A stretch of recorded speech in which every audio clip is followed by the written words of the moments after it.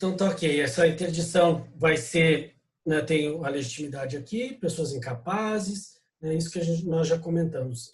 A ideia é substituir o incapaz. O incapacidade não tem mais, o incapacitado, né, que a gente chama de interditando, não tem mais como exercer os atos da vida civil, a administração dos bens, você pede a interdição.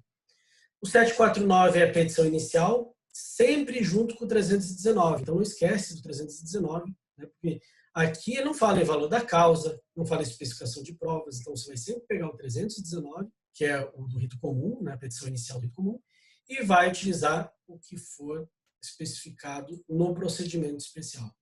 Nesse caso aqui, ele fala, né, especificar os fatos que demonstram incapacidade, né, e bem como o momento que a incapacidade se revelou. E aí, será que tem liminar aqui? Se a gente for ver, o parágrafo único do 749 é o mais próximo disso. Diz aqui, justificada a urgência, o juiz pode nomear curador provisório ao interditando para a prática de determinados atos. Então, seria o mais próximo da liminar. Nesse caso aqui específico, tem também divergência na doutrina, eu entendo que, né, isso, se a gente for se ver, né, a natureza, ele se aproxima a uma tutela provisória. Eu poderia dizer que seria uma liminar, porque ele fala, né, justificada a urgência. Ele não fala que sempre vai ser nomeado o curador provisório. Tá? Então, se fosse sempre, né, despachando a inicial, ele nomeará o curador. Aí não seria caso de liminar. Eu entendo que aqui então pode até anotar no teu CPC, no parágrafo único do 749, esse que está sublinhado na tela aqui, que o parágrafo único do 749 seria liminar, porque ele fala, né, dependendo, ou seja, se você demonstrar a urgência, e basta a urgência, né, ele nomeia um curador provisório. Claro que vai ter que ter pelo menos os requisitos do 749 preenchidos. Professor, o que a gente costuma colocar de documentação? O 750 diz, o requerente deverá juntar laudo médico para fazer prova de suas alegações, ou informar a impossibilidade de fazê-lo. Geralmente, a interdição vai seguida de um laudo médico. Vai ter que ser juntado um laudo médico, que é o documento fundamental da inicial. Tá? Voltando aqui ao curador provisório, né, nem sempre é uma boa. Já adianto para vocês que uma das coisas que você tem que alertar cliente, já aproveitando para dar uma de prática jurídica, né, o curador provisório parece legal, porque você vai dizer, pô, vou botar a mão na grana, vou poder gastar esses valores, de repente sobra um pouco para mim e tudo mais. Tem que tomar cuidado, porque esse curador provisório vai ter que, no final do processo, prestar contas. Tá? Lembra que a gente mencionou daquela ação de exigir contas, né, chamada prestação de contas? O curador aqui vai ter que prestar contas.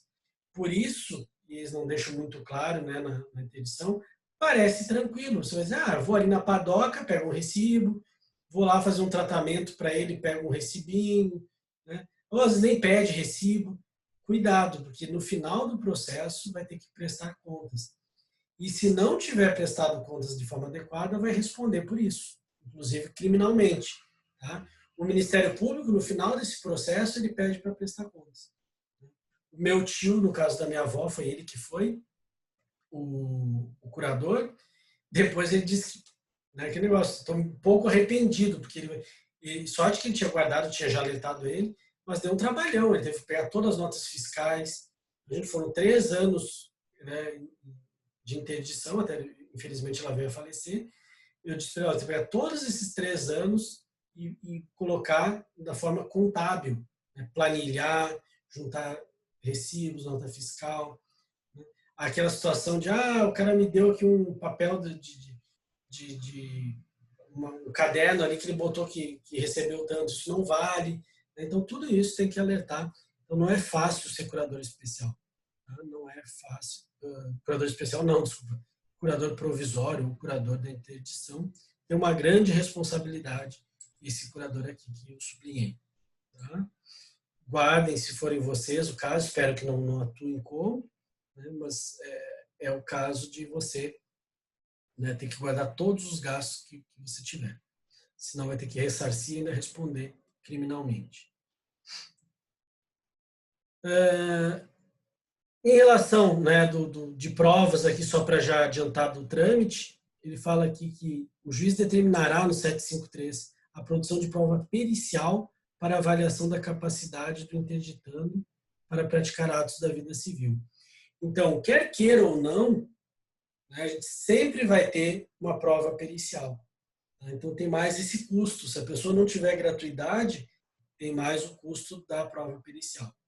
Certo? O juiz até pode utilizar né, no início aqui ele diz da, né, da tal da inspeção judicial, que a gente já estudou.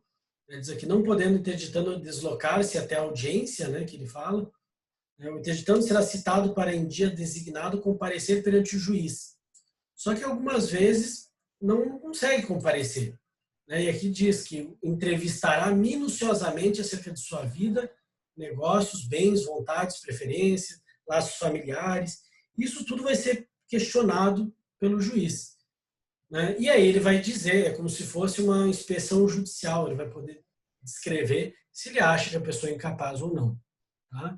No caso do Nazi, não sei se vocês acompanharam, num primeiro momento o juiz não deu.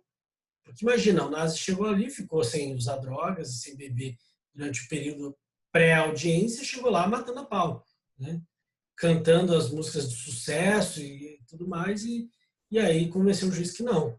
Só que depois, né, com as demais provas e também com a prova pericial, ele acabou tendo a interdição decretada. Tá? O final da história, acho que você já viu, teve um acordo, né? Acabou o Nazi fechando um acordo com a família, em que ele se comprometeu a fazer um tratamento e aí voltou a administrar os bens. Quando fizesse tratamento, ele poderia administrar os bens. Então, parece que se recuperou, nunca mais ouvi falar, né, dele, deve estar bem. Então, lembre-se dessa hipótese, a audiência, né, o juiz 751 vai marcar, e não podendo interditando deslocar-se, o juiz ouvirá no local onde estiver. Então, o juiz pode ir até lá também para fazer a inspeção judicial. Se, de repente, a pessoa está acamada, não tem como se deslocar, não se coordena mais, não é o caso. Certo? Depois vai ter, nós falamos aqui a prova pericial no 753 e depois vem a sentença. Apresentado o laudo, produzidas as demais provas, se necessário, o juiz proferirá a sentença. Na sentença que decretar a interdição, o juiz nomeará curador, né, então poderá ser o requerente da interdição e fixará os limites da curatela. Considerará as características pessoais do interdito, observando suas potencialidades, habilidades, vontades e preferências. Então é isso. Né? Só resumindo aqui, a gente tem uma ação para esses casos de incapacidade em que a prova pericial é fundamental. Se tem liminar, vocês já notaram, o parágrafo único de 749, eu entendo que é uma liminar, porque só se justificar da urgência, perigo e mora, que ele vai deferir. Senão ele deixa para mais tarde. Geralmente, tá, em 90, alguns perguntam para mim, aí professor, quais são as chances, devo sempre pedir a liminar? Claro que sim, né? Quase sempre as pessoas que te procuram por uma interdição, elas precisam de algo urgente. Você não vai poder esperar, sei lá, 2, 3 anos para daí sim ser nomeado um curador. Quase sempre uma situação de procurar o advogado. Primeiro que as pessoas só procuram advogado, é quase que nem cardiologista, é só quando está morrendo. Né? Eles começam a sentir uma falta de ar, uma pontada no peito e vão para o cardiologista. Dificilmente a gente vai preventivo. Advogado é a mesma coisa, as pessoas não procuram antes de comprar o apartamento, né? Às vezes depois que dá o problema é que procura. Então, nesse caso também, né, as pessoas procuram dizendo, olha, meu pai está muito mal, eu não tenho como bancá-lo e eu quero fazer algo para substituir ele, poder ir ao banco, pegar o cartãozinho dele, sacar um valor, e aí você vai dizer, esse aqui é o caso de interdição. Certo? Alguma dúvida? Ou está sossegado? Tranquilo, professor. Tranquilão? Então vamos seguir aqui. A gente tem o próximo aqui para a gente ver, que é do notificação e interpelação. Deixa eu pegar aqui. Que é algo que a gente faz bastante, ou pelo menos deveria usar mais. Aqui. Notificação e interpelação. Vou botar até aqui no chat para vocês acompanharem. Tranquilo, já botar aqui, ok. Vou botar aqui a nossa ordem, então, que a gente está vendo aqui, interdição. Isso aí, certo?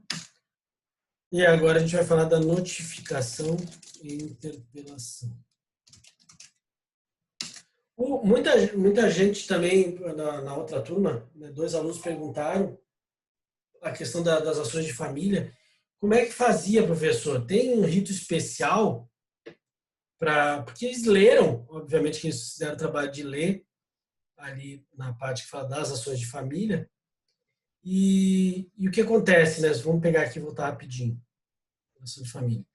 Leram isso aqui, isso que a gente já tratou. Mas, professor, dessas ações aqui que fala contenciosos, né? Aplica-se os capítulos dessa, né, normas desse capítulo, divórcio, separação, reconhecimento e extinção de união estável, guarda, visitação e filiação. Eles falam, tá, e aí, professor, o que tem aqui de especial? Na verdade, se você for ler esse capítulo 10 aqui, ele não traz nenhum procedimento especial, tá? Porque na real, se você for ver, você vai mesmo, pode até se basear na hora que a gente vai ajuizar no 693, né, e seguintes, falar que é um rito especial, mas cá entre nós, o rito que ele traz aqui, no capítulo 10, é comum, é o rito comum. Tá? É uma coisa que eu queria chamar a atenção de vocês, olha como está aqui. Nas ações de família, todos os esforços serão empreendidos para a solução consensual. O juiz pode determinar a suspensão do processo, ok? Recebida a petição inicial, 695. E se for o caso, tomar as providências referentes à tutela provisória, que foi pedido, o juiz ordenará a citação do réu para comparecer à audiência de mediação e conciliação. Opa, isso aqui tem no rito comum. Então veja que o 695 já fala do rito comum. Depois, aqui ele fala que, né, se não der certo a conciliação, eles vão abrir prazo para defesa. Então, não realizado o acordo, passarão a incidir a partir de então o rito comum. Então, desde sempre, tá? Essas ações de família cá entre nós, você pode anotar aí, você pode desde o início adotar o rito comum, certo? Porque o próprio rito que está aqui, embora pareça especial, não é. Tá? É igual ao rito comum. Outra coisa, o único que tem o rito especial que a gente viu é, né, caso de ação de alimentos. Vocês já notaram, ação de alimentos pura tem uma lei só para ela, que é 5478, aula passada. E esses aqui, você pode usar o rito comum, certo? Vamos voltar lá. Então, só um detalhe. A gente já chegou aqui na jurisdição voluntária. O que é jurisdição voluntária? Jurisdição voluntária é quando você tem a inexistência de lide, ou pelo menos não teria litígio. É só você e o juiz, né? Você e o Estado, no máximo com o Ministério Público. Falamos aqui da interdição já, e tem esse aqui, ó, notificação e interpelação. Vocês sabem para que serve? O que é cada uma delas? Muita gente utiliza a notificação e interpelação de forma extrajudicial, e pode ser feito, certo? Vamos ver aqui no próprio CPC, diz para que serve cada um, mas são coisas diferentes, tá? Então, se na tua prova cair algo, você vai ter que ver se é caso de notificação ou se é caso de interpelação. O 726 fala da notificação. Olha aqui, ó. Quem tiver interesse em manifestar formalmente a sua vontade a outrem sobre assunto juridicamente relevante, poderá notificar pessoas participantes da mesma relação para dar-lhes ciência de seu propósito. O que ele está dizendo aqui? Alguém que queira manifestar a vontade sobre assunto juridicamente relevante, né, em relação a determinada relação jurídica. Eles possuem. Então, por exemplo, você tem um contrato, isso é o mais comum, você já deve ter ouvido falar, notificação por força do contrato. Você tem uma relação jurídica de um contrato e você entende que houve algo errado naquele contrato, que está sendo desrespeitado o contrato. Opa, vou manifestar minha vontade, minha insurgência, em relação a outra pessoa, de um assunto que eu entendo que é juridicamente relevante, certo? Isso é notificação. Veja que a notificação é só para manifestar a vontade. Vou dar um exemplo, né, para constituir mora. Pode acontecer. Ou pelo menos, né, você pode dar ciência de que você, olha, estou te notificando, pois está se aproximando o prazo de pagamento, você não pagou, isso vai gerar uma multa. Eu posso fazer até preventivamente. Isso é uma notificação. Você está cumprindo como se fosse uma advertência também. Olha, você está fazendo muito barulho, vizinho. Né? O vizinho começa a fazer muito algazarra, você pode fazer uma notificação dizendo, não gostaria, né? Entendo que você está desrespeitando as normas do condomínio. Isso é uma coisa. E aí, professor, o que é e aí a notificação aqui no parágrafo primeiro, ele fala que pode ser dado até por edital. Pode até pedir para publicar o edital, né, para dar conhecimento geral ao público, mas isso, claro que vai depender do juiz analisar. Né? Só definirá se tiver por fundada e necessária o resguardo do direito. Se não, é só entre particulares mesmo, notificação.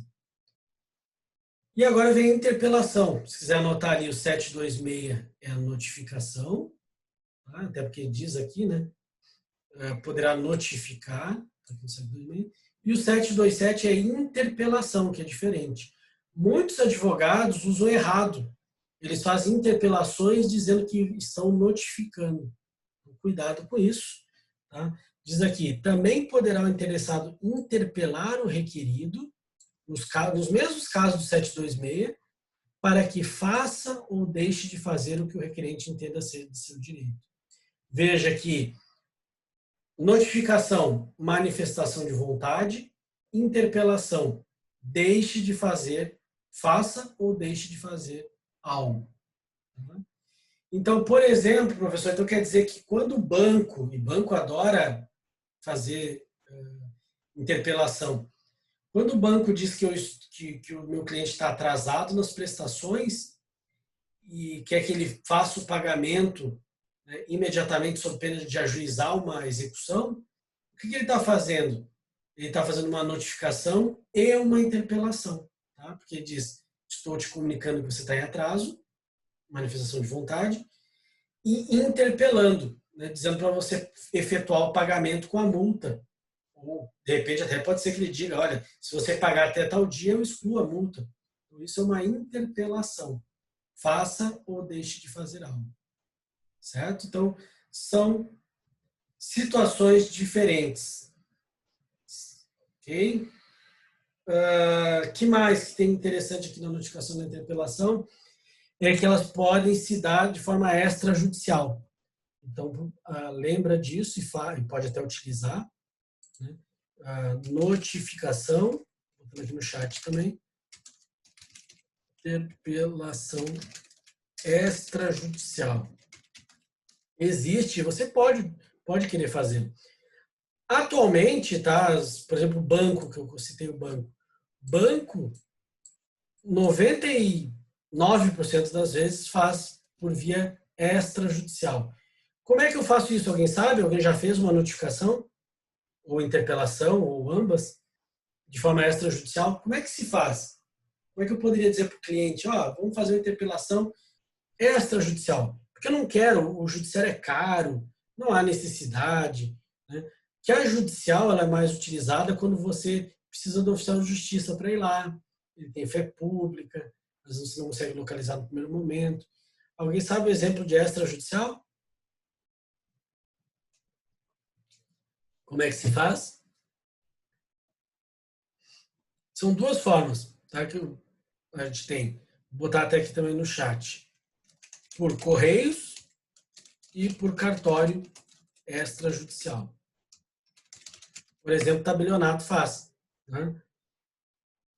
Cartório de registro civil, né, dependendo sempre da competência, você vai olhar na comarca e vai ver quem é o cartório responsável que tem a competência para notificação extrajudicial. Hoje em dia você entra no site dos cartórios, né, e você procura lá, eles dizem o que eles fazem, o que não fazem. Não, aqui é só protesto, né, aqui é só registro civil, e aí pode acontecer, geralmente o tabelionato faz a notificação ou interpelação extrajudicial.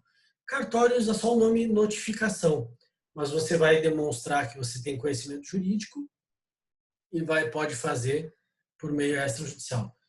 Por correios, como eu botei aqui no chat, eu faço quando é uma situação simples. Como eu falei ali, depende do vizinho, né? alguma empresa que eu acho que me lesou e não quis ressarcir, eu faço primeiro notificação, interpelação extrajudicial por correios, com a R, claro, né? Você não vai mandar uma carta sem ter registro. Então, você vai fazer por correios com aviso de recebimento. Ótimo. Pode ser telegrama também, eles aceitam, você vai ter um registro. E no cartório extrajudicial? O cartório extrajudicial é mais caro que o correio. Então, você vai optar pelo cartório também quando você precisa de que alguém vá até o local e que tenha fé pública. Então, o interessante do cartório é para aqueles casos em que o devedor, por exemplo, ele vai rasgar na frente da pessoa a interpelação, tá? Ou a notificação. Aí você vai dizer, opa, porque se você mandar pelo correio, né, de repente ele vai botar a irmã para receber, você não vai ter prova de que ele mesmo recebeu, às vezes é uma companheira dele, às vezes é um vizinho que recebeu, e não vai servir para muita coisa, né? E o correio não vai ter fé pública para botar certifico que ele rasgou na minha frente, então, ou que se negou a receber. Claro que não, né? No caso do cartório extrajudicial, é legal porque eles têm essa fé pública. Então, ele vai poder colocar na certidão, lá o escrevente, ou quem for fazer a notificação, que esteve no local, tal horário, né? O fulano não quis receber, ou rasgou na frente dele. Então, isso vai te dar um pouco mais de segurança. Por isso que os bancos costumam fazer por cartório. O banco tem dinheiro, né? E geralmente está falando de valores altos, então eles vão utilizar a interpelação e notificação pelo cartório extrajudicial. E se for o caso, faz judicial, mas sempre lembrando que você vai usar o termo correto, notificação 726, interpelação 727. Deferida e realizada a notificação, está aqui na tela, os autos serão entregues ao requerente. Veja que não tem litígio, então aqui não tem litígio, tá? Não tem sucumbência. Vou ter para vocês no chat. Por quê, professor? Primeiro, não tem litígio porque é voluntário. Outra que ele está dizendo aqui, que não tem, o juiz não vai decidir a favor de um e de outro. O juiz não pode se meter nessa situação. E também aquele que recebeu a notificação não tem que constituir um advogado para responder. Não precisa contestar. Ele até pode contra-notificar, mas aí ele vai ter que usar os meios, judicial ou extrajudicial. Mas aí é uma questão dele, de querer contra-notificar. Mas a notificação e interpelação, como diz aqui no CPC, ela é só para comunicação, para pedir algo, e os autos serão entregues ao requerente, ou seja, o juiz faz a notificação e interpelação e entrega o processo. Do tipo, aqui não precisa nem ficar, não precisa ficar comigo, porque não tem litígio algum. Tá certo? Então, lembre-se dessa hipótese, não tem que pedir condenação em honorários, né? Dizer, eu vou fazer com que outra pessoa pague. Não tem disso.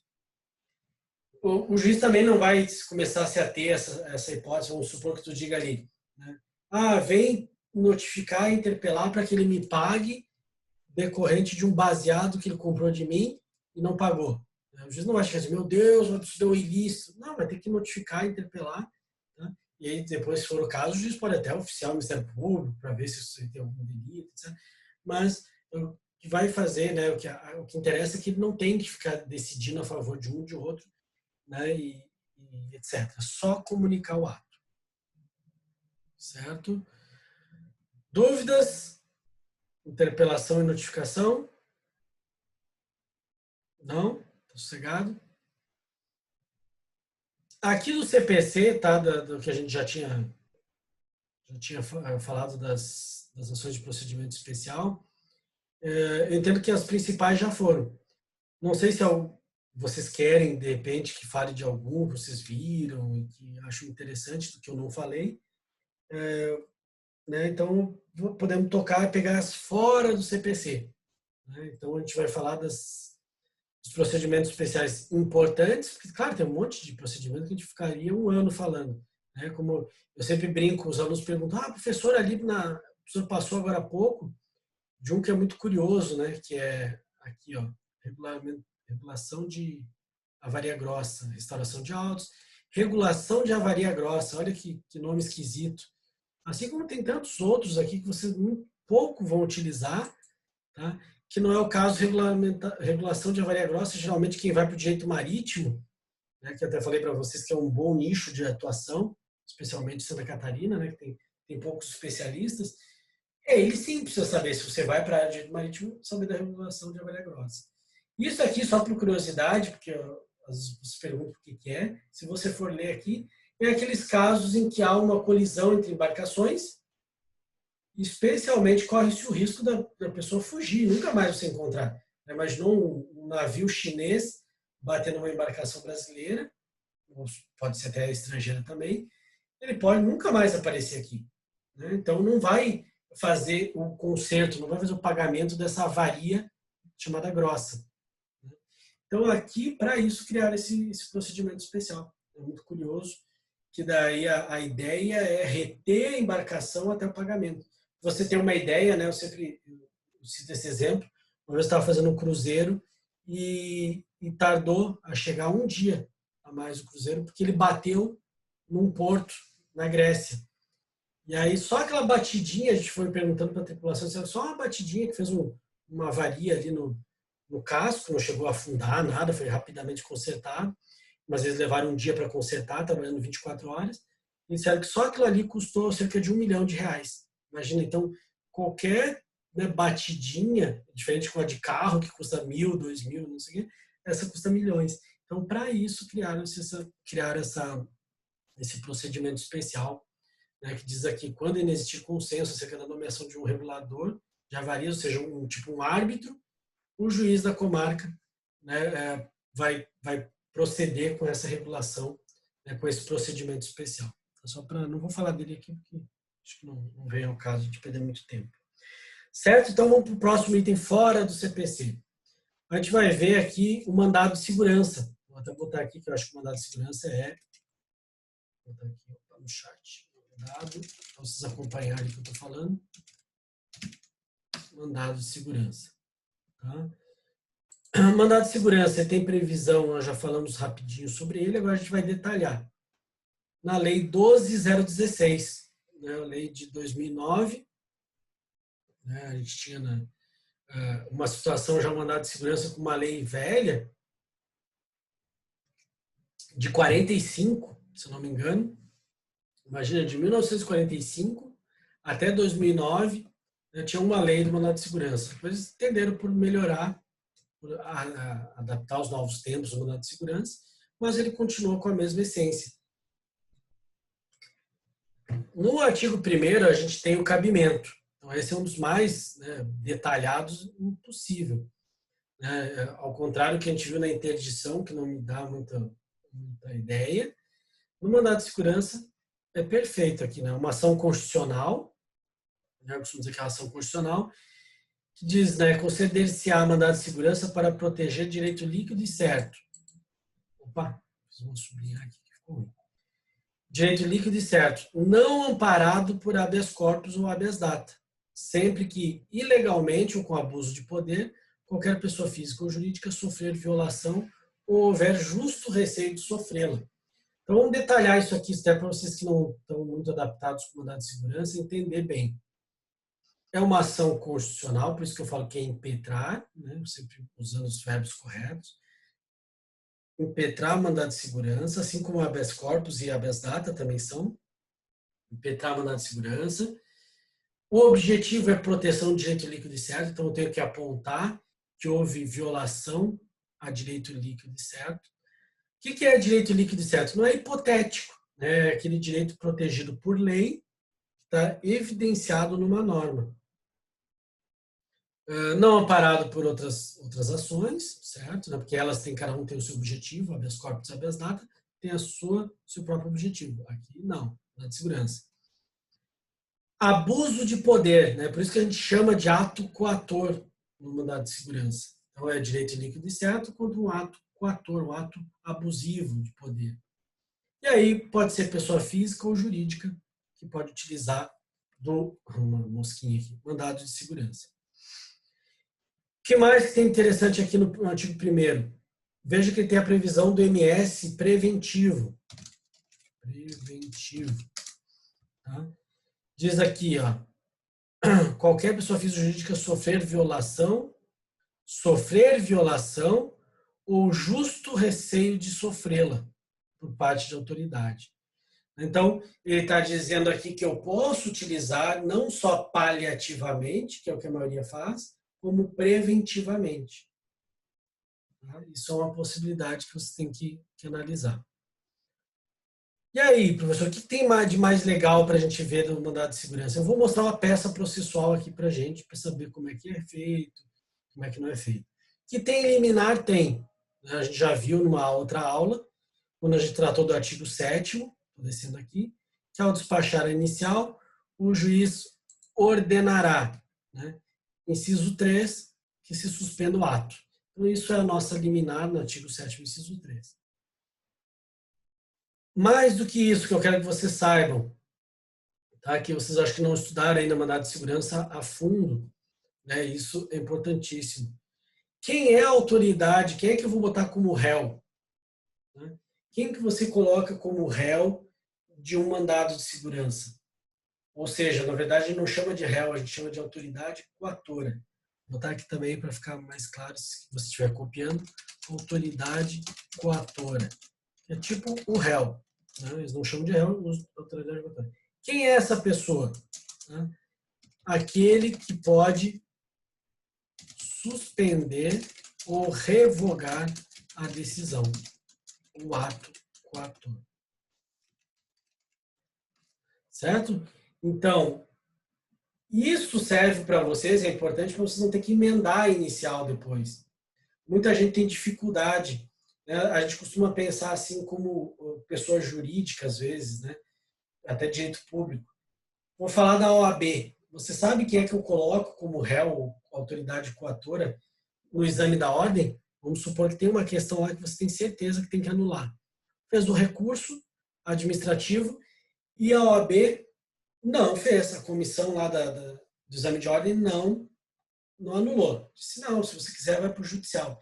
E você procurou um advogado e preferiu impetrar o mandado de segurança. E aí, quem é que eu coloco como réu aí? Coloco a OAB? O que vocês colocariam? Alguém sabe disso? Quem é que eu colocaria nessa hipótese do exame de ordem? Não sei se vocês já viram. A banca? Não, na verdade, eu coloco o presidente da comissão de exame de ordem, da banca, né? Que seria, na verdade, existe uma banca de corretoras, mas tem dentro da OAB, a gente sempre vai ver, tá, aquela pessoa, e procure sempre pensar nisso, o mandado de segurança, ele busca quase sempre uma autoridade, como eles falam, e não a pessoa jurídica. Quase sempre, se eu fosse pelo rito comum, eu teria que colocar no polo passivo a OAB. Tá? Isso, se a gente for ver ali na própria jurisprudência, rito comum, eu poderia colocar a OAB.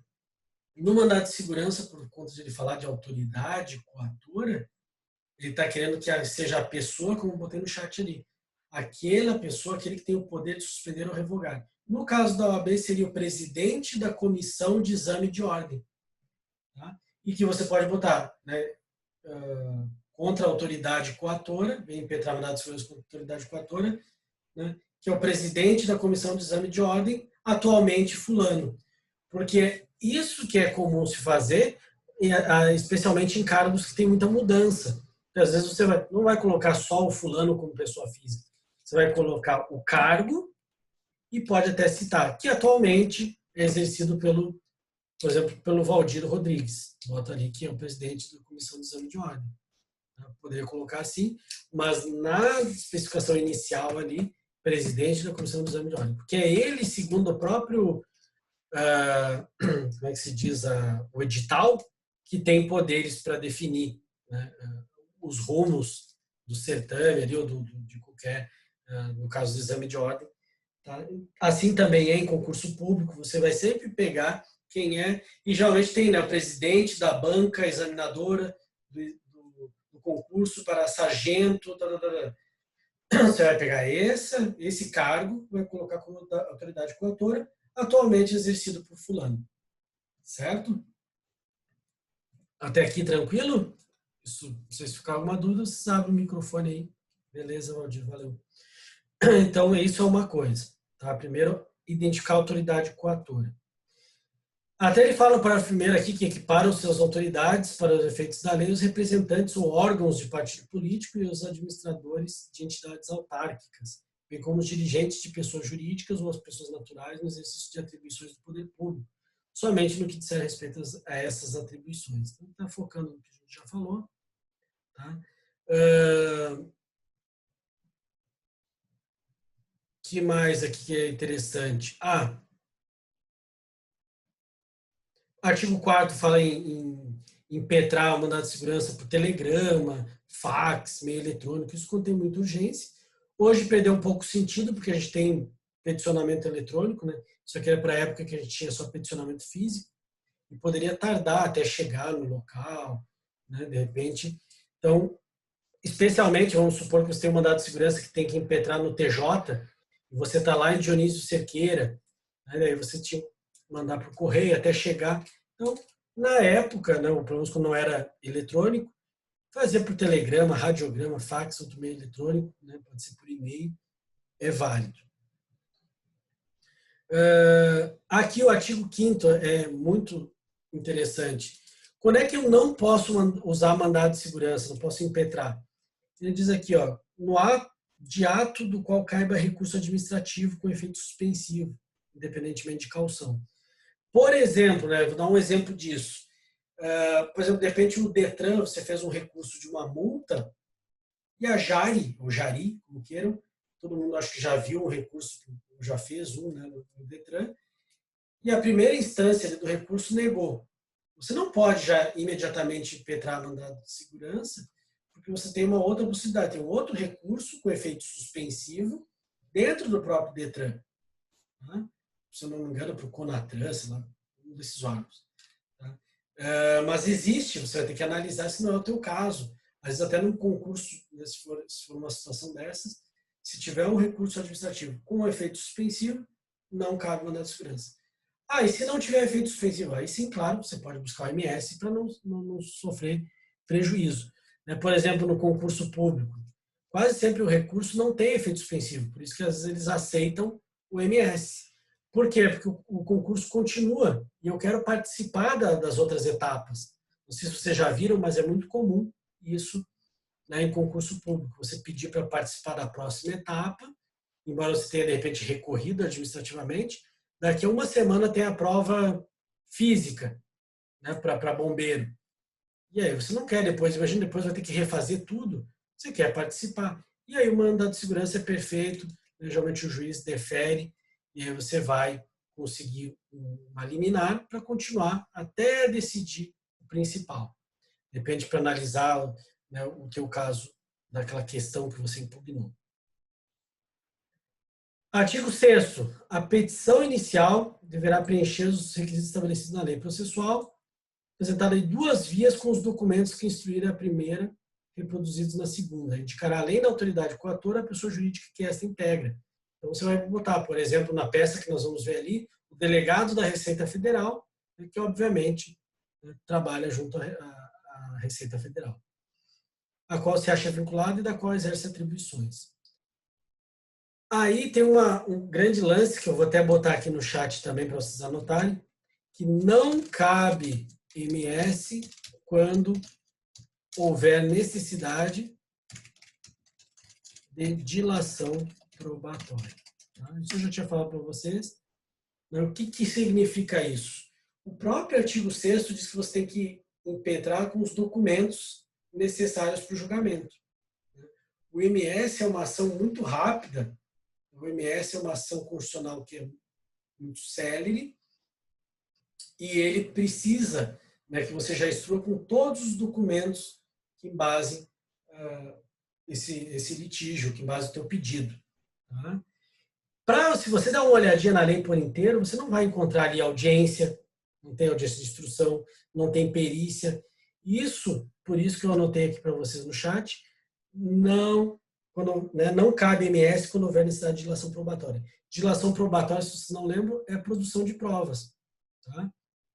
É a instrução probatória. Não tem previsão. E por isso que é o perigo, vou botar aqui também, perigo MS. Tá? chamar a atenção para vocês o perigo do mandado de segurança, que o advogado adora, porque não tem honorários, às vezes, né? Às vezes aquele negócio, pô, eu vou fazer impetrar mandado de segurança, se eu perder, o meu cliente não é sucumbente, não tem que pagar honorário, só custas, então isso já sai mais barato. Mas qual é o problema do mandado de segurança, né? Os clientes às vezes chegam para mim dizendo que eu quero impetrar mandado de segurança. Já falei com outro advogado, eu quero mandado de segurança. Eu disse, olha, cuidado, que vamos ter que analisar caso a caso. Geralmente, quando precisa de dilação probatória, ou se cair na tua prova uma situação hipotética que precisa de perícia, você já vai saber que MS não rola. Tá? Você não vai usar MS.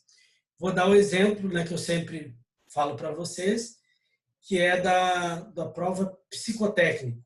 Né? Quantos casos em que a pessoa reprovou no psicotécnico e aí o cliente de repente procurou dizendo, olha, reprovei no psicotécnico, no concurso público. Parece que a gente fica cego nessa hora. Né? Ah, concurso público? IMS. Ou o cliente já diz, vários servidores procuraram também, dizendo, eu quero impetrar um MS, já vem se automedicando, né? Porque eu reprovei no psicotécnico. A gente brinca ainda com ele, ó, bem certo você não é, né? Porque reprovou no psicotécnico, cuidado, tá? Obviamente não vai falar isso, porque o psicotécnico é muito subjetivo também, né? Tem critérios objetivos e subjetivos. Um primo meu reprovou no psicotécnico, eu tirei sarro dele, dizendo, ih, você é meio louco, e tal, a gente brinca. Mas óbvio que não. No caso dele é porque ele não tinha agressividade, ou que eles entendiam que deveria ter, de pulso firme, etc., para o cargo que ele tinha optado. E aí ele falou, vamos impetrar mandado de segurança? Eu falei, não. Como assim? Você está maluco? Eu disse para ele, já pensou o psicotécnico? Quem é que vai dizer que você tem capacidade cognitiva, né, capacidade psiquiátrica e psicológica para o cargo?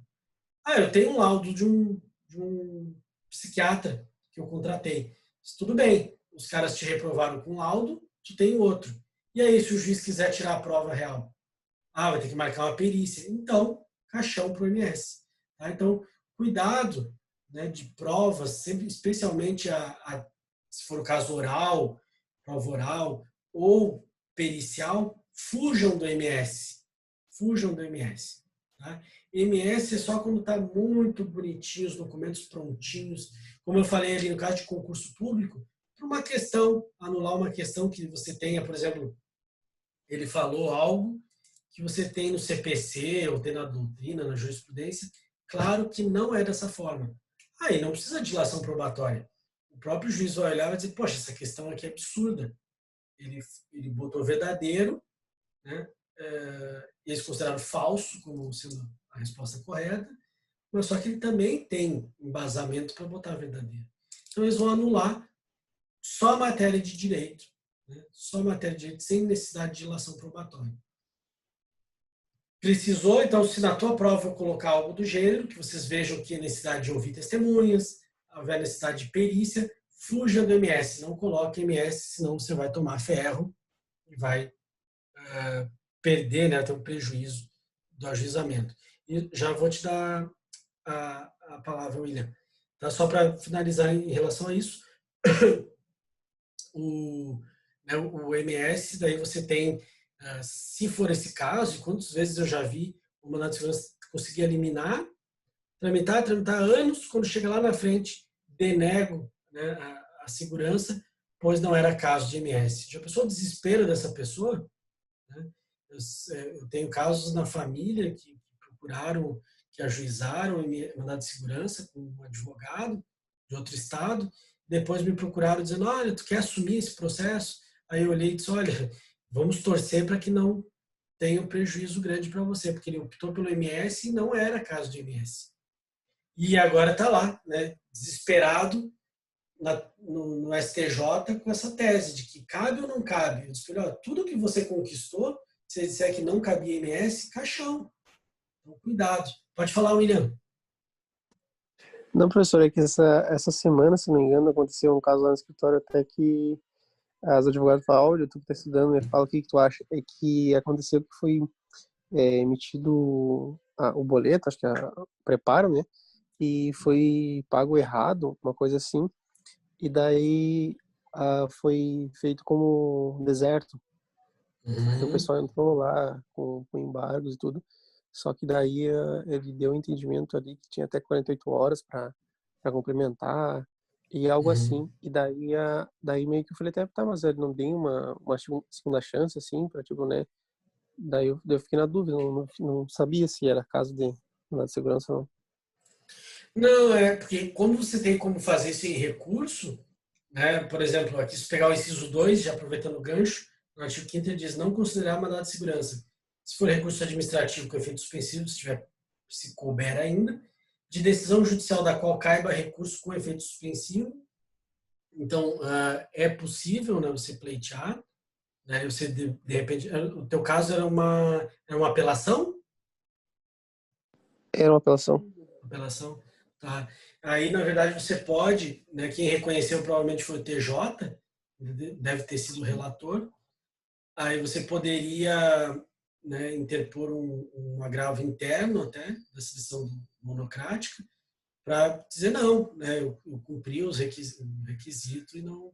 Mas a ideia é sempre quando é, como a gente viu ali, né, se é incompleto, complementa. Se não foi feito, tem que fazer em dobro, né? O recolhimento, mas tem a possibilidade de sanar, tem que sempre dar essa possibilidade. Se eles não deram, pode ser um agravo interno primeiro. Como ele fala, nessa situação, né, você pode pedir o efeito suspensivo, se não der, aí sim seria o MS, poderia ser o MS, mas teria ainda a opção do agravo interno, até porque não acho que não teria prejuízo utilizar o agravo interno aí no teu caso. Né? Não sei como é que é, se tem uma liminar, tem alguma liminar contra o cliente? Não. Eu acho que não, agora não lembro de cabeça. É, só se tivesse, aí sim, de repente, se tivesse uma liminar correndo, aí poderia impetrar o mandado de segurança. Tá? Mas, geralmente, o mandado de segurança, e por isso tem que prestar atenção no inciso 2, eles costumam dizer, os doutrinadores, que é vedada a utilização do MS como sendo um recurso. Ou seja, se tiver um recurso, né, se couber um recurso com efeito suspensivo, não cabe MS. Só se não tiver, aí sim o MS seria a hipótese. Teve um caso até você já deve ouvir falar que o JEC, né, o Juizado Especial, as decisões interlocutórias, você não tem recurso. Né? Se você for ver, não existe agravo de instrumento no JEC. Aí o que os advogados fazem? Eles usam isso. Né? Então, artigo 5º, né, tem recurso em relação à decisão judicial interlocutória, que muitas vezes você tem no JEC uma decisão interlocutória que prejudica totalmente o cliente. E aí você ficou refém. Meu Deus, eu não tenho agravo de instrumento, que eu teria no rito comum. O que eu faço? MS. Né? O MS acaba sendo, o mandado de segurança acaba sendo o socorro do advogado quando não tem o que fazer judicialmente. Então, o nosso escritório ajuizou essa semana passada, impetrou, né, um mandado de segurança contra uma decisão interlocutória no JEC. E aí nós explicamos. Como não tem recurso, tem previsão de recurso, não tem o que fazer, a única coisa que me cabe fazer é o mandado de segurança. Né? Então, às vezes, penhora a conta do cliente e tudo mais, é uma decisão interlocutória, ainda não chegou no final, mandado de segurança. Tá? E sempre que alguém te falar assim, mas aqui não tem o que fazer, não tem recurso cabível. Se for uma decisão que eles chamam teratológica, ou seja, violou direito líquido e certo, tudo mais, você pode impetrar o mandado de segurança. No caso de decisão judicial, por exemplo, quem é que eu colocaria como autoridade coatora? Geralmente a gente bota o juiz da tal vara civil. Tá? Então você vai apontar como autoridade coatora o magistrado daquela vara. Né? E pode até dizer, atualmente, o culpado, até porque o juiz das varas cíveis, né, dependendo do local, eles mudam muito. Então é caso que você pode primeiro apontar o cargo e depois dizer quem é a pessoa. Tá? Porque na capital, por exemplo, tem casos que toda semana tem um juiz diferente, então não tem como apontar o fulano se na semana que vem é o ciclano. Então você bota o Professor, cargo. Oi? mas nesse caso, no JEC, se você tem um cumprimento de sentença, como o professor colocou, e tem uma decisão interlocutória lá, fazer um pagamento, você pode primeiro fazer uma impugnação, né? Claro que às vezes vai depender do sim. juiz, o juiz pode indeferir, e É aí você isso. entraria com mandado de segurança? É isso. É, Claro, poderia, né, tem casos que a gente utiliza embargos declaratórios, às vezes para tentar, né, um efeito infringente. Se for já, né, pode impugnar, se for cumprimento de sentença. Mas às vezes acontece até antes, né, do prazo, uma outra medida, né, que você, às vezes você faz a exceção, aquela de pré-executividade, né, para algo que é que a gente chama, né, que é matéria de ordem pública, não precisa nem fazer embargos ou impugnação ao cumprimento, e aí eu posso utilizar a exceção. Se vê que ele nega, né, aí você pode impetrar o mandado de segurança. Né? O nosso caso do mandado de segurança, deixa eu até lembrar, não fui eu que fiz, mas era uma situação bem absurda. Depois eu lembro aqui e já falo para vocês. Mas sim, não tinha como recorrer, não tinha mais o que fazer, né, naquele caso, e aí a gente só teve a opção de, por uma brecha até, né, em aquele socorro último, impetrar o mandado de segurança contra a decisão do magistrado. Aí colocou, né, o juiz do primeiro juizado especial civil da capital. Então você vai sempre apontar essa autoridade. E por último aqui, artigo 5º, né, não considerar mandado de segurança quando se tratar de decisão judicial transitada em julgado. O que ele quer aqui é não utilizar o mandado de segurança como rescisória. Porque aqui eu tenho a rescisória, se transitou em julgado, rescisória, anulatória, querer nulitatis, aquilo que a gente já estudou, né, no semestre anterior. Mas você tem também aqui o mandado de segurança só, né, para casos em que tem, no caso de decisão judicial, ainda em trâmite o processo, transitor julgado, né, não pode usar o mandado de segurança como rescisório. A petição inicial deverá preencher os requisitos, né, isso que eu já falei com a documentação, já foi. Até admite, alguns alunos perguntam, a exibição. No parágrafo 1º fala aqui, no caso que o documento necessário, se não tem documento, se acha em repartição estabelecimento público ou poder de autoridade que se recusa a fornecê-lo, o juiz ordenará preliminarmente, por ofício, a exibição. É o que a gente chama de exibição, tá, do mandado de segurança. É um caso que ele seria injusto, né, dizer, você não tem o documento, você não pode impetrar mandado de segurança. Você tem que comprovar que você fez o requerimento administrativo, não deram, negaram acesso, aí você pede judicialmente. É uma exibição interinal, né, uma exibição incidental que você pede na inicial. Você pode até reportar que você precisa. Nesse modelo que eu vou mostrar para vocês hoje, tem isso. Tem um pedido de exibição para a Receita Federal. Tá? Da nossa liminar ali. Tem o trâmite. O trâmite é muito simples, né? O trâmite do mandado de segurança. Ele é muito rápido, por isso os advogados adoram utilizar o mandado de segurança. Como eu falei, se é cabível, ok. Tem aluno até que diz para mim, professor, você não gosta de mandado de segurança porque não tem honorários, né? É um dos motivos, que imagina se você tem razão, se você usar o rito comum, você ganha honorários. Mas claro que não é por isso, é justamente pelo risco que eu vejo. Quando cabe MS, eu vou fazer MS. Ele é muito mais rápido. Por que eu ia usar o rito comum se o MS é mais rápido? Né? Não é por causa de honorários. Né? É justamente quando eu achar que tem 2% de chance de ele implodir o meu MS pela questão probatória, eu não vou no MS.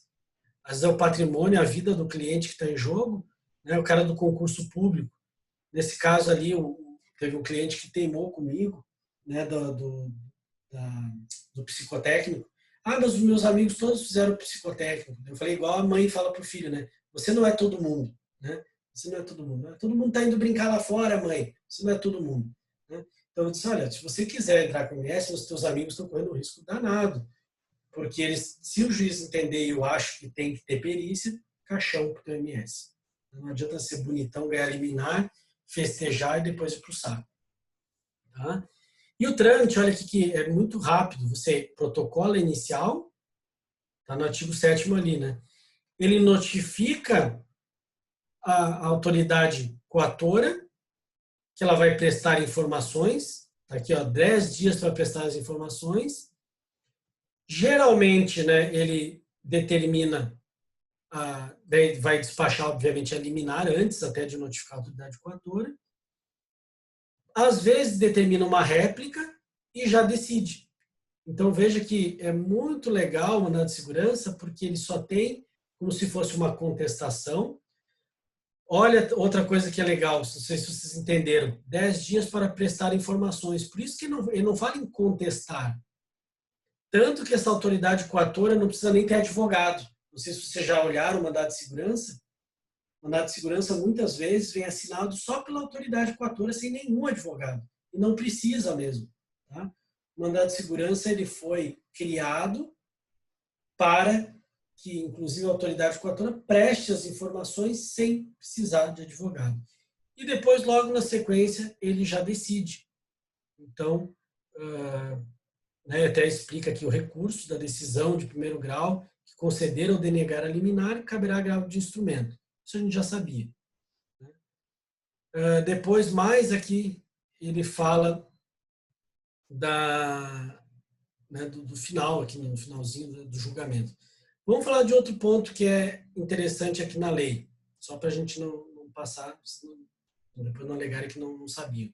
Qual é o prazo para impetrar o meu mandado de segurança? Acho que todo mundo já sabe, né? Quanto tempo eu tenho? Alguém quer arriscar aí?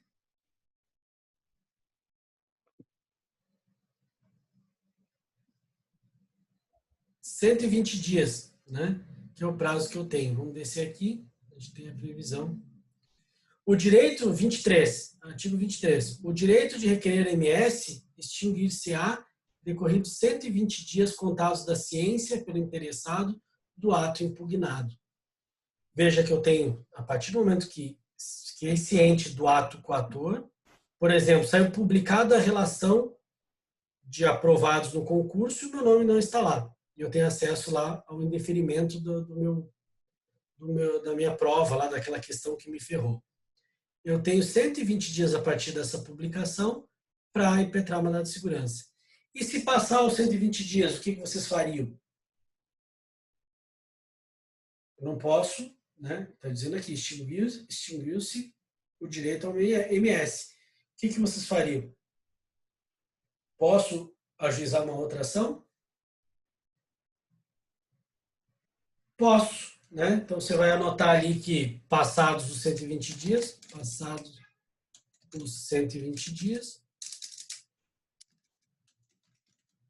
igual rito comum. Tá? Aí você utiliza o rito comum se passar os 120 dias do artigo 23. Se quiser anotar lá na tua lei, no VADMEC, anota aí no 23 que é o rito comum. É por isso que muitas pessoas optam em fazer desde o início o rito comum e não tem esse risco. Mas claro que o MS tem o seu valor, deve ser utilizado. Aqui outra coisa que a gente não falou. Né? A inicial será desde logo indeferida por decisão, artigo 10 aqui, por decisão motivada, quando não for o caso de mandado de segurança ou lhe faltar algum dos requisitos legais ou quando decorrido o prazo legal para impetração. Então veja que não for o caso de MS, de repente é aquele artigo 5º que a gente leu, tem recurso, né, de repente tem um agravo interno para usar, tem um outro recurso que poderia ser utilizado. Lhe faltar os requisitos legais, de repente você não tem, né, precisa de dilação probatória, ou quando decorrer dos 120 dias. Então será indeferida a inicial. Do indeferimento cabe apelação, isso também já sabia porque é sentença.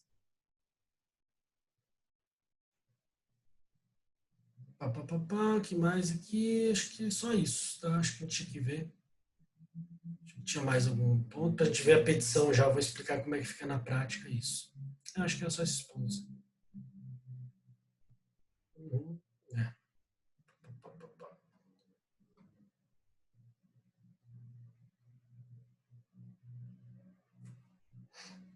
É isso. Não, só isso. Só isso que tinha que ver. Dúvidas até aqui ou tudo certo? Tudo certo? Se tiverem alguma dúvida, que estão, de repente, de vez em quando estão tendo contato com... Tranquilo, professor. Tudo certo. Vamos lá, então.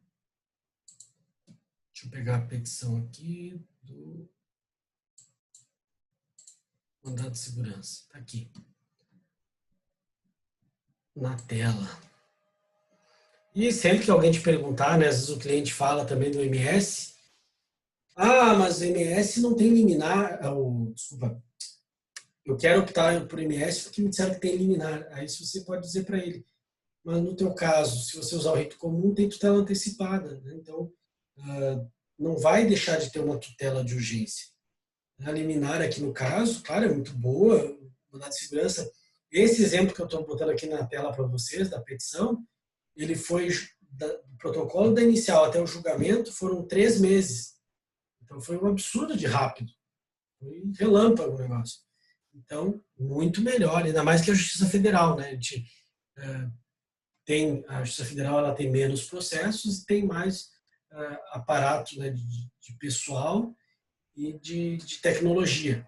Então acaba sendo covardia até comparar a Justiça Federal com a estadual. O pessoal da estadual até é um guerreiro, porque trabalham mais, né, com menos condições. Eu costumo dizer, eu sei porque eu tenho parente nos dois, então eu posso dizer com toda certeza que a Justiça Federal está bem à frente e por isso que ela também acelera, né, as decisões bem mais que a estadual. Que obviamente se ajuizam muito mais na estadual do que na federal. Vamos lá. Olha aqui.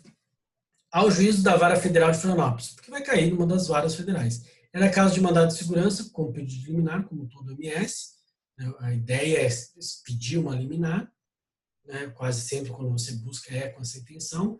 Está aqui uma empresa, né, com todas as especificações dela, qualificação, representante, etc.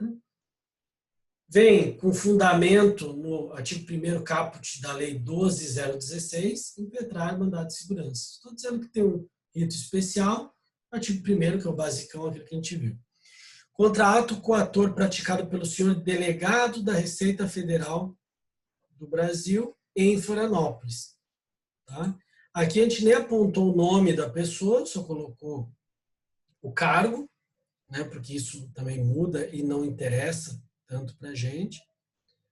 Tá? Então, uma das situações devendo ser também citada a União Federal Fazenda representada de juízo pela Procuradoria da Fazenda Nacional. Né? Aqui eles colocam, né, nesse tipo de situação, a gente foi analisar a jurisprudência, a necessidade de colocar como o dinheiro advém da União, que foi pedido, né? Na verdade a gente faz um pedido, o ato coator é do delegado da Receita Federal aqui de Florianópolis, certo? Mas acaba se pegando dinheiro, e o dinheiro que está trancado na Receita, que a gente quer destrancar com o ICMS, que a gente conseguiu destrancar, advém da União. Então eles citam também como interessada, né, para se manifestar no processo. Mais um descaso de ilegalidade da Receita Federal. A gente explica aqui todo um histórico. Eu vou botar para vocês a peça depois na mediateca, para vocês terem um modelinho. Mas devemos ler com calma, é um embrólio grande. O cliente tinha um valor para receber, só para resumir essa história longa. O cliente tinha um valor para receber que estava na Receita Federal, né, de devolução de imposto de renda. E aí aconteceu que eles colocaram lá na Receita que, ok, vamos devolver, só que não devolviam. E aí a gente foi ver o porquê. Era porque teve um problema lá interno, no sistema da flange da planetária. Nós sempre damos umas desculpas. Pô, mas é um valor que ele está precisando, isso já deveria estar lá o parecer, né, da parte técnica dizendo para devolver. Né, isso já era para estar na conta dele. E aí eles ficaram jogando um para o lado, um para o outro, um órgão dentro do outro lá da Receita. Aí o que aconteceu? A gente notificou eles para que eles entregassem, dissessem o porquê que estava demorando, porque eles só falavam verbalmente. Além de gravar a conversa com o responsável da Receita, a gente notificou dizendo que dava o prazo de 10 dias para que justificasse ou que depositasse o dinheiro na conta dele, como já estava lá o parecer para a devolução. Que em outros casos, vários casos, eles davam sempre rapidamente. Aí depois foi ver, porque ele tinha um débito com a União, eles estavam querendo compensar, mas não era o caso, não poderia fazer. Então, várias situações geraram nessas situações o MS. Nós ajuizamos o MS, impetramos o MS, né? Tem aqui um rol das ilegalidades.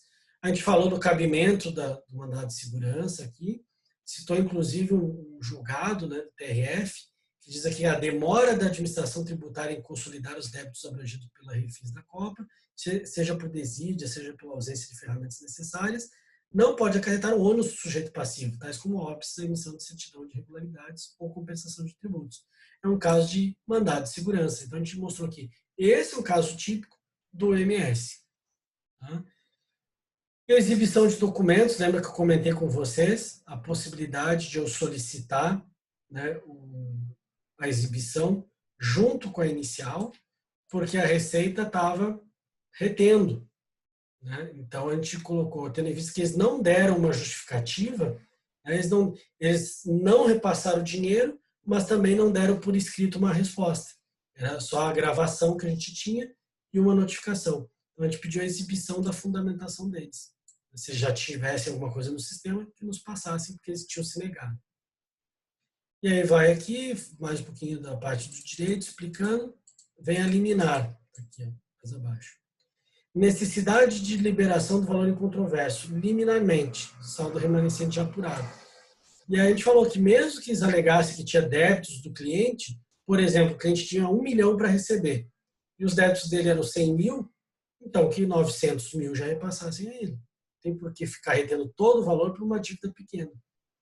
Então a gente explica aqui a probabilidade do direito, né, o fumus boniuris, e o periculo in mora está aqui embaixo. Vocês vão ler depois com calma e vão ver onde é que estão os requisitos. Certo? E, por final, os pedidos. Então, veja que explicou, citou a ilegalidade, botei julgados porque poderiam eles alegar que não era caso de MS. Esse caso aqui nós obtivemos a liminar, tá? Para que fossem repassados os valores.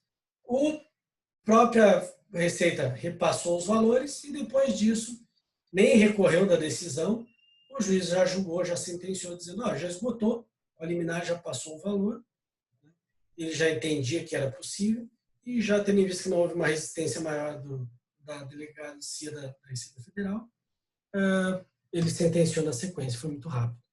Antes posto requer seja admitido o presente mandado de segurança, né, na forma da lei própria, seja impetrada e intimada para que no prazo de 10 dias exiba documentos, se caso o juiz entendesse que fosse necessário mais documentos, naqueles que ele negou a dar.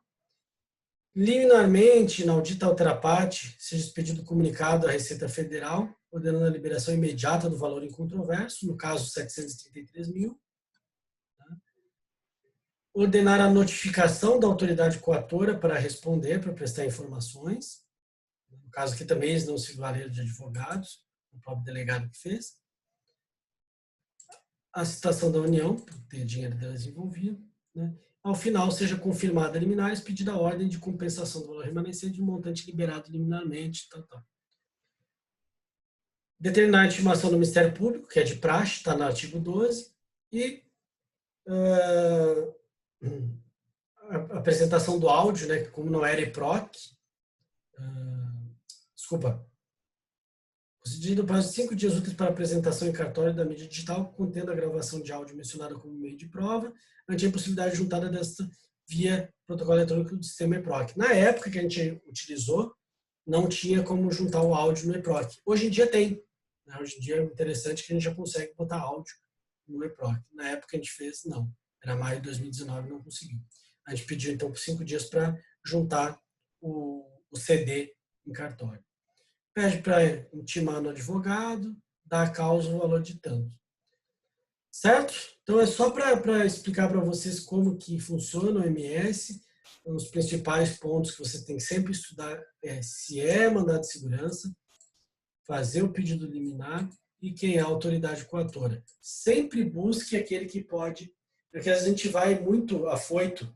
No caso da OAB, eu cansei de ver MS contra, né, a prova do concurso da ordem, colocar, né, como autoridade coatora, ato coator praticado pelo senhor presidente da OAB.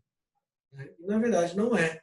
O juiz vai mandar emendar para que você aponte a correta autoridade coatora.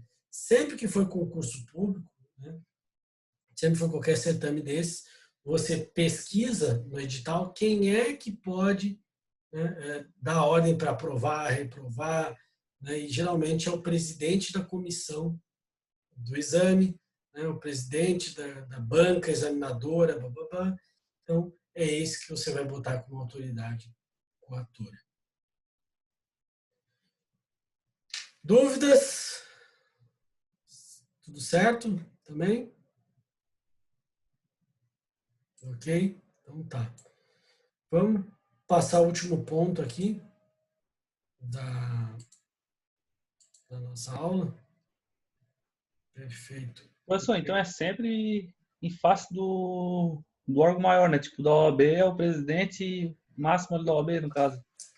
Não, depende do caso, né? Por exemplo, se for da prova do exame de ordem, é sempre aquele que tem dentro da OAB capacidade para anular aquilo que você entende como o ato coator. Ou muitas vezes é quem praticou. Nesse caso, se você olhar, por exemplo, a lista de aprovados e reprovados, aparece no final ali, assinado pelo presidente da comissão do exame. É esse que você vai colocar, não é o presidente da OAB. Tá. Entendi. Em concurso público também, muitas vezes eu vejo as pessoas errarem, porque vão lá e dizem, é um concurso da PM, eu vou colocar lá a autoridade máxima da PM. Não é. É o senhor presidente da comissão da banca para oficiais da Polícia Militar. Tem toda uma denominação no próprio edital. Então, é essa pessoa que eu vou apontar sempre. E quando eu não puder apontar, professor, porque tem casos em que você não consegue identificar, aí sim eu poderia colocar, no caso da OAB, vamos supor que eles não tenham, vamos supor que o edital não identifique quem é essa pessoa, essa autoridade, aí eu poderia colocar o presidente da OAB. Tá? Mas quase sempre em concurso público você tem como identificar. Nesse caso da Receita Federal, quem nos atendeu foi um funcionário, um servidor, lá outro. Mas a gente sabe que a ordem sempre partia do delegado. É ele que tem poderes para mandar pagar, é ele que tem que assinar isso. Então, você sempre pega uma autoridade coatora, aquele que tem o poder de revogar o ato. Geralmente é quem concedeu, mas especialmente aquele que tem condições de revogar. Aquela autoridade que tem o poder da caneta, que a gente chama. Né? Então, é isso que eu vou colocar no polo. Beleza? Eu posso impetrar mandado de segurança contra uma universidade? Vocês já viram? Por exemplo, contra a Unisul, eu poderia impetrar mandado de segurança? Vocês já viram algum mandado de segurança? Contra a UFSC, contra o DESC? Será que eu posso? Pode. Posso, né? E aí, como é que eu vou fazer, né? Por exemplo, eu vou dar um exemplo que também às vezes acontece, de você não preencher a quantidade de horas. Às vezes acontece com alguns colegas, né? De não preencher a quantidade de horas necessárias para se formar. E aí vai lá e é indeferido o teu pedido para você colar grau. Esse é um caso muito comum, né, de mandado de segurança. Impetrar um mandado de segurança. Por quê? Porque você teve indeferido. E não sei se vocês já assistiram, né, ou já viram algum amigo nessa situação, que se formou mediante liminar, que eles chamam. Né? O juiz dá uma liminar, porque está muito próximo, geralmente é muito próximo, essa negativa, da colação. E aí você quer se formar, você precisa disso para poder entrar no escritório, para poder fazer alguma coisa. E aí, negado porque você não preencheu, de repente você foi lá e colocou como horas extracurriculares um curso de sommelier de cervejas. Né? Aí ele foi lá olhar e disse, peraí, isso aqui não é a atividade que vai adentrar para vai compensar. Mas vocês entendem que sim, porque lá nas regras da faculdade não fala que tipo de curso. Qualquer curso livre, bababá, que tenha certificado, e aí você quer bater nessa tecla. É um caso de MS, porque é unicamente de direito, basta os documentos juntados, né? E isso já é passível de você impetrar mandado de segurança. E veja que, nesse caso específico, né, a educação é uma concessão do Estado, então é passível sim de MS, e aí você vai ver quem é a autoridade coatora. Quase sempre é o coordenador do curso, né, quando há esse indeferimento das horas, acontece essa decisão. E não pode, né, é vexatório, não pode acontecer Antigamente acontecia, eu achava um absurdo, né? As pessoas chamarem a pessoa para colar grau e falar fulano de tal, sob liminar, né? Ou por liminar. Imagina, todo mundo está lá assistindo a colação e aparece que você está se formando por liminar. Então, geralmente, os juízes na liminar já dizem que não pode ser alardeado. Pode constar na documentação da pessoa, na faculdade, inclusive, para se ter ciência disso, mas isso não pode ser externado, né, para o público. Não pode dizer. Eu tive um colega, né, que a UFSC fez isso. Antigamente, até eles faziam, né, e colocavam bem claro que era liminar. Mas também, se não colocasse, a turma toda, né, na hora que ele entrou, começou, é liminar, é liminar. Coitado, né?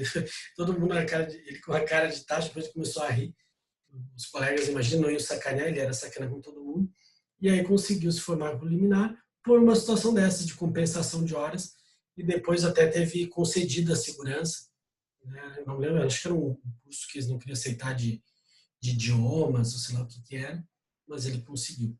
Tá? Então, só para dar uma ideia de MS, da utilização do MS também nos casos ali que você poderia.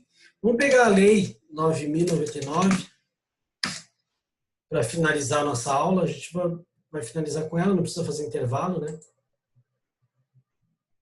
Então, já vamos continuar aqui para finalizar só dela. Outra legislação, eu quero ter MS, uma das situações, e com a Lei 9.099, que a gente acabou não vendo, acho que ainda a fundo. Bom, isso aqui dispensa muita apresentação, Lei 9.099, juizado especial. Obviamente que ele só vai tratar do civil, do criminal não. Paramos com as drogas, né? Não tem nada de criminal aqui, só o civil.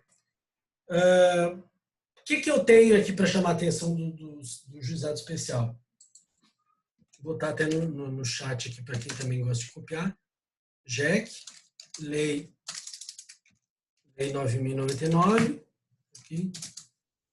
Não tem liminar. Alguém abriu o microfone? Não? Ah, tá, achei que aqui falando. Lembrando que no JEC não tem liminar, então obviamente que é um caso típico de você utilizar as tutelas, né, as tutelas gerais, a tutela provisória. Até teve aluno me questionando em relação numa questão da prova, né, que falava isso, quando você não tiver liminar, pode utilizar as tutelas? A maioria respondeu que sim, eu posso, né, usar as tutelas gerais.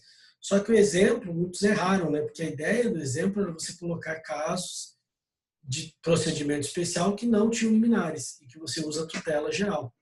Então, vários são os exemplos, né, que a gente deu e alguns de vocês lembraram até da aula de reintegração de posse que eu falei, se a posse for velha, a invasão for velha, não cabe eliminar, né, da reintegração. Então, você vai ter que ajuizar no rito comum e pedir, obviamente, uma tutela antecipada. Tá? Então, uma das coisas. Competência, né, caso que pode usar o JEC. Né? Então, causas, aqui a gente tem no artigo 3º, como é que eu posso usar. Não exceda 40 salários mínimos, certo? Esse aqui do 275 pode riscar, não existe mais, não é mais o caso. Né? 40 salários mínimos e ações de despejo para uso próprio, ações possessórias sobre bens imóveis de valor não excedente fixado no inciso 1, tudo isso pode ser utilizado. E especialmente, eu quero que vocês anotem ali, 40 salários e menor complexidade. Tá? Ou seja, não precisa de prova pericial. Então, só para relembrar quando é que eu utilizo o JEC, tá? Geralmente, casos de consumidor, casos de menor complexidade, não precisa perícia, né? Batidas, né, de veículos, tudo isso é bem comum utilizar o juizado especial. Que mais que pode ser uma pegadinha do juizado especial, né, que a gente costuma dizer? A pessoa física pode ajuizar? Claro que pode. Mas eu não posso utilizar, né, no caso das partes aqui que ele fala, a pessoa jurídica. Só quem pode utilizar sendo pessoa jurídica? Porque ele diz aqui, ó, não poderão ser partes no processo instituído por essa lei. O incapaz, o preso, pessoa jurídica de direito público, empresa pública da União, massa falida e insolvente civil. O artigo 8º especifica quem não pode ser legitimado ativo. Somente serão admitidas pessoas físicas capazes, excluídos os cessionários de direitos de pessoas jurídicas. Então, o cessionário não pode. E as pessoas enquadradas como microempresas, né, microempreendedores individuais, microempresas e empresas de pequeno porte. Então, isso que você vai ter que demonstrar. É uma falácia dizer que pessoa jurídica não pode ajuizar no JEC. Pode sim. Eu costumo fazer direto ações no JEC para empresas, mas aí, claro, você vai ter que demonstrar que ela é ou, né, caso de microempreendedor individual, MEI, microempresas e EPP, ME e EPP. Tá? Pessoas jurídicas qualificadas como organização de sociedade civil de interesse público, né, chamado CIP, sociedade de créditos ao microempreendedor e tal. Então, a gente tem bem delimitado o polo ativo. Polo passivo não tem problema algum. Em relação, então, vou botar aqui também no chat para vocês anotarem, né, que pode-se utilizar tutela antecipada, cautelar e de evidência. Isso eu já tinha mencionado em outra aula lá, quando a gente falou da fazenda, se não me engano, eu pincelei isso. Da evidência, só não pode, de forma antecedente, requerer tutela em caráter antecedente. Então, se cair na OAB, se cair na minha prova, etc., lembre-se de não pode nada antecedente no JEC, porque não é compatível com o sistema. É um sistema de informalidade, é um sistema de celeridade, então você não consegue, né, não deve utilizar nada das tutelas requeridas em caráter antecedente. O que tem de diferente, professor, do rito comum? Né? A ideia é que a petição ela se assemelha muito. A diferença é que no JEC você já tem que colocar o rol de, junto, né, com a petição inicial, o ideal é colocar o rol de testemunhas. Claro que muita gente costuma me dizer, professor, mas na prática, lá no meu escritório, a gente não coloca o rol de testemunhas na inicial. Não é o mais adequado segundo a Lei 9.099. Tá? Então, deveria se colocar o rol de testemunhas. Mas, obviamente, que os juízes aceitam, né, você deixar de fora o rol de testemunhas. Que mais aqui que tem diferente para a gente? Tem um rito muito parecido com o comum. A diferença, tá, que seria uma audiência só, uma audiência una, mas na prática você sabe que eles têm feito duas, a fase de conciliação e depois faz a instrução de julgamento. Então, mas a lei fala numa audiência só. Detalhe aqui na defesa, né, nas respostas, vou botar aqui também. Resposta igual contestação, é isso, assim que eu chamo. E existe o pedido contraposto, tá? Que é igual ou muito parecido com a reconvenção. Só que você chama de pedido contraposto. Está aqui no artigo 31. Olha aqui, ó. Não se admitirá a reconvenção. Lembra, a reconvenção é quando o réu formula pedido em face do autor. Então, não se admitirá a reconvenção e é lícito ao réu, na contestação, formular pedido em seu favor os limites do artigo 3º, desde que fundar nos mesmos fatos que constituem o objeto da controvérsia. Se quiser anotar o nome disso, é pedido contraposto. Tá ali, eu botei no chat para vocês. Então, você vai, na hora que você formular, eu costumo fazer assim, contesta e faz um tópico, né? Fica mais didático, um tópico sobre o pedido contraposto, ou do pedido contraposto. Porque você não pode dizer da reconvenção, porque não, no 31 diz não se admitirá a reconvenção. E o que é o pedido contraposto? É o réu pedindo algo do autor. Exemplo, bateram no seu veículo e você acha que você que é o lesado, você pode dizer, não só não vou pagar, não só demonstrei na minha contestação que não tem requisitos para me responsabilizar, como quem é o errado é o autor, é ele que bateu no meu veículo. E eu quero que ele pague o estrago. Então, lembre-se dessa hipótese, né, de fazer o pedido, formular o pedido contraposto. Eu tenho que pedir, não adianta achar que é automático, mas é bem simples. É um parágrafo, às vezes, que você faz esse pedido contraposto. É bem mais simples que a reconvenção. Aliás, a atual reconvenção no rito comum copia o pedido contraposto. A ideia é a mesma. Dentro da defesa, eu faço um pedido.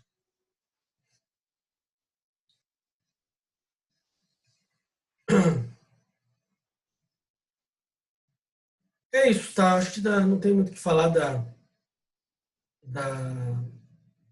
aqui do nosso caso aqui do JEC diferente. Eu queria só chamar a atenção para não ter liminar.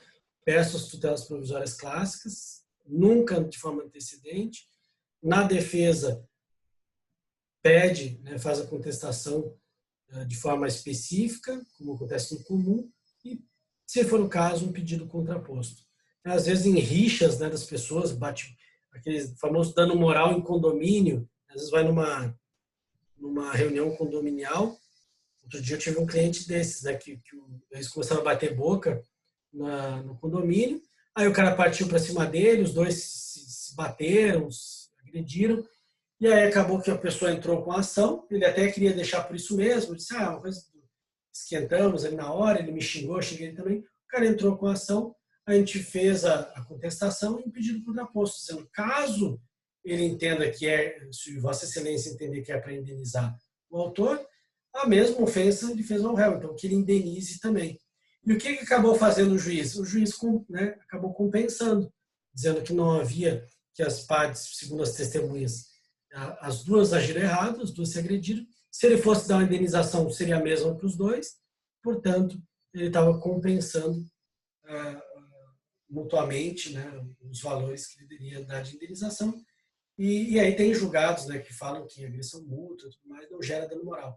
Na verdade, ele não deferiu para nenhum deles, tá, por conta de agressões mútuas e xingamentos mútuos.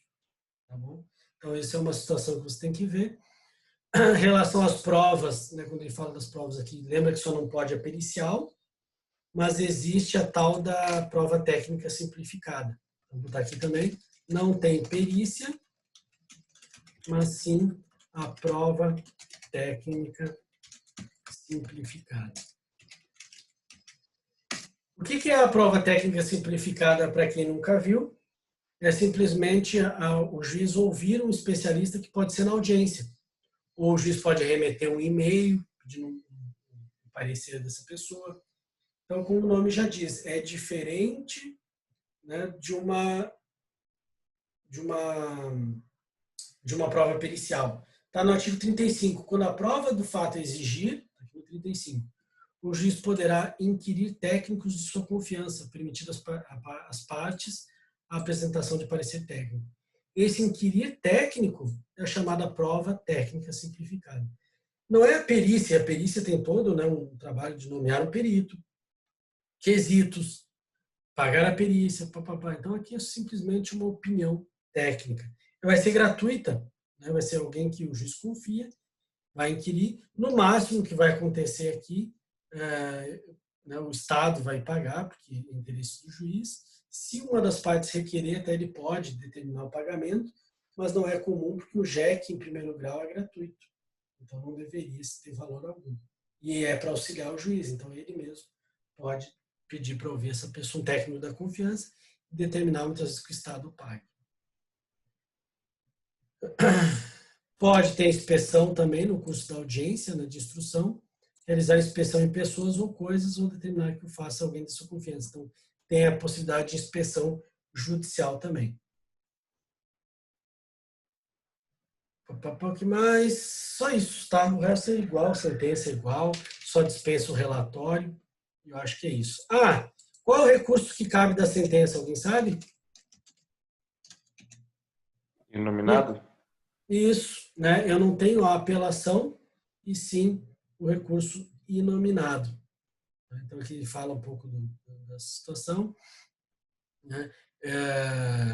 o recurso será interposto no prazo de 10 dias contados da ciência da sentença, por petição escrita, da qual constarão as razões do pedido da recorrente.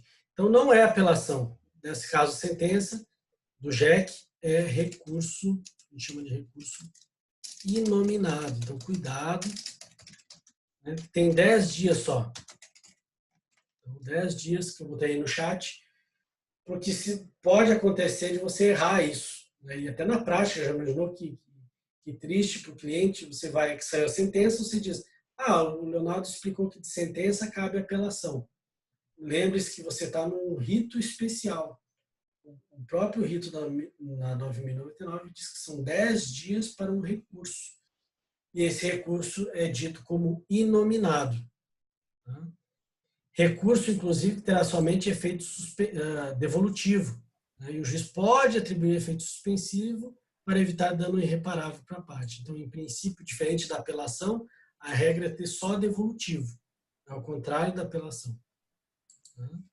Professor, Opa. Nesse caso também tem que tomar cuidado com... Tem muito advogado que, quando fala dos recursos nominados, ele não junta as custas, é só o preparo. E aí fica deserto, né, o pedido. Então, já tive um caso assim que eu presenciei comigo, né, num condomínio aqui que aconteceu, que eles não fizeram a juntada das custas, que eles vão só no preparo, porque eles acham que, como foi, não precisa juntar, né? Mas, na verdade, é importante essas custas. Isso mesmo, bem lembrado. Né, que a gente, de praxe, ou pelo menos os advogados costumam muito pensar no rito comum. Né? Dizer, não, ali as despesas processuais são pagas ao final, né, e as custas finais, etc., só quando transitar julgado. E acho que no JEC é a mesma coisa. No JEC, para eu recorrer, né, como condição, eu tenho que pagar o preparo mais as custas. Eu antecipo, né, as custas finais. Se eu vencer, depois outra parte vai me ressarcir. Mas a ideia é essa, né? Eu tenho que ficar atento que não só o preparo, mas as custas finais que eu vou ter que pagar. Então, bem lembrado ali pelo Marcelo sobre isso. E a segunda instância é chamada de turma de recursos. Né? Segunda instância, só você anotar ali também, está no chat. Instância é igual turma de recursos. Tá? Curioso que essa turma de recursos, não sei se vocês já assistiram o julgamento, a turma de recursos é formada por juízes. Né? Tem aqui no 46 o julgamento, segunda instância constará apenas da ata, com a indicação suficiente do processo, fundamentação sucinta e parte dispositiva. Se a sentença for confirmada pelos próprios fundamentos, a súmula do julgamento servirá de acordo. Então é muito simples, muito informal. O julgamento também é. Você assiste o julgamento do TJ e assiste o julgamento da turma de recursos, é totalmente diferente. Né? Eles dispensam o relatório, já dão a palavra em seguida para o advogado fazer sustentação oral. Ele pode sustentar por 15 minutos cada um, né, como funciona no rito comum, e aí já vão falar o voto. Muitas vezes eles antecipam o voto e ainda perguntam, doutor, quer sustentar mesmo assim? Porque tem muito mais informalidade, muito mais celeridade. Tá?